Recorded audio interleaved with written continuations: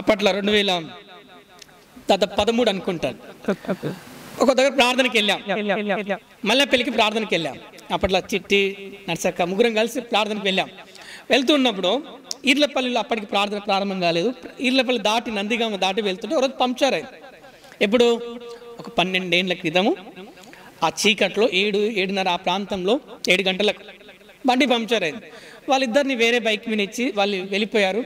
ఇక నేను కాసేపు దుబ్బుకుంటూ కొంచెం ఇబ్బంది పడుకుంటూ ఎటు తిరిగి ఊరది ముద్రేడిపల్లి దగ్గరికి వెళ్ళిపోయాను. హైవే దగ్గర రీచ్ అయ్యాను.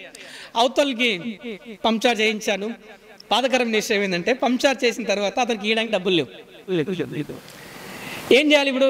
ఏదో చేయాలి. ఆయనకు ఉన్నది వాస్తవం చెప్పేస్తాను. అన్న, నేను ఇక్కడ వెళ్తున్నాను, ఇలా మీటింగ్కి వెళ్తున్నాను, రేపు ఉదయం ఖచ్చితంగా నేను నీకు డబ్బులు ఇస్తాను, నేను వెళ్తానన్నా అంటే ఎందుకో దేవుడు అతనికి మంచి దయ పుట్టించాడు. సరే అంటే నేను వెళ్ళాను.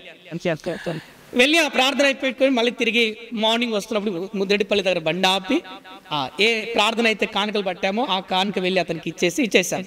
అయితే నేను చెప్పాలనుకున్న పాయింట్ ఏంటంటే, ఆ ప్రార్థన అయిపోయిన తర్వాత దీని గురించి మారు మనసు గురించి మాట్లాడితే అందులో ఒక అవ్వ ఆమె మాట్లాడుతుంది.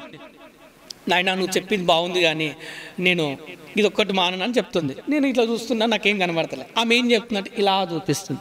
నాకేం అర్థం కావట్లా. ఆమె దిక్కే చూస్తున్నా. ఏమంటుంది ఆమె?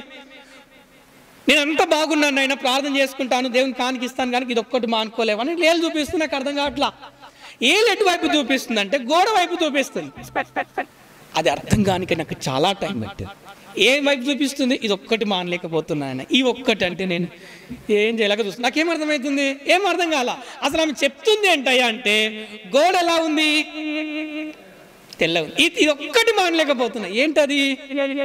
తెల్ల నీళ్ళు. అంతేగా? ఆ ఒక్కటి మానలేకపోతుందంట. ఆ ఒక్కటి మానలేకపోతే ఆ ఒక్కటిని నరకాన్ని తీసుకెళ్తాం. ఈరోజు చాలా మందిలో ఇది ఉందండి. అవి మానుకోలేకపోతున్నారు, ఆపుకోలేకపోతున్నారు, సరి చేసుకోలేకపోతున్నారు, మారు మనసు పొందుకోలేకపోతున్నారు. ఆ ఒక్కటే. అయితే దేవుడికి ఆ విడిచిపెడితే నువ్వు కావాలి, సాతానికి ఆ ఒక్కటి నీకు అంటిస్తే చాలు. అది నేనేం చేయదు, పరలోకానికి వెళ్ళనివ్వదు. దయచేసి వినండి, మారు మనసు పొందాలి.